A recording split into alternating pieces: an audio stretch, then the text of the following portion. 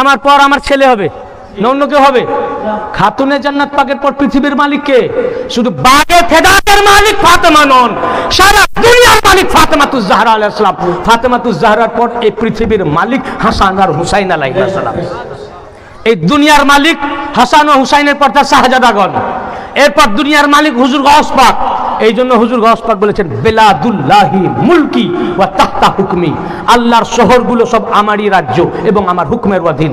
শুধু পৃথিবী নয়, তামাম কায়নাত আমার। গাউস পাক বলেছেন, গাউস পাক বলেছেন কাসিদায়ে গাউসিয়ার মধ্যে, এবং আমার হুকুমের অধীন, তাহতা হুকমি, আমার হুকুমের অধীন, আমি যা হুকুম করি তাই হয়। গাউস পাকের পর এই পৃথিবীর মালিককে তার শাহজাদা হবেন যিনি গদ্দি নসীন, সাইয়েদনা আব্দুর রাজ্জাক আলাইহিস সালাম। এইভাবে গাউসে সানি পাক। আর শুধু বাগে ফেদাত নয়, এই পৃথিবীর মালিক বড় হুজুর পাক কিবলা ও কাবা।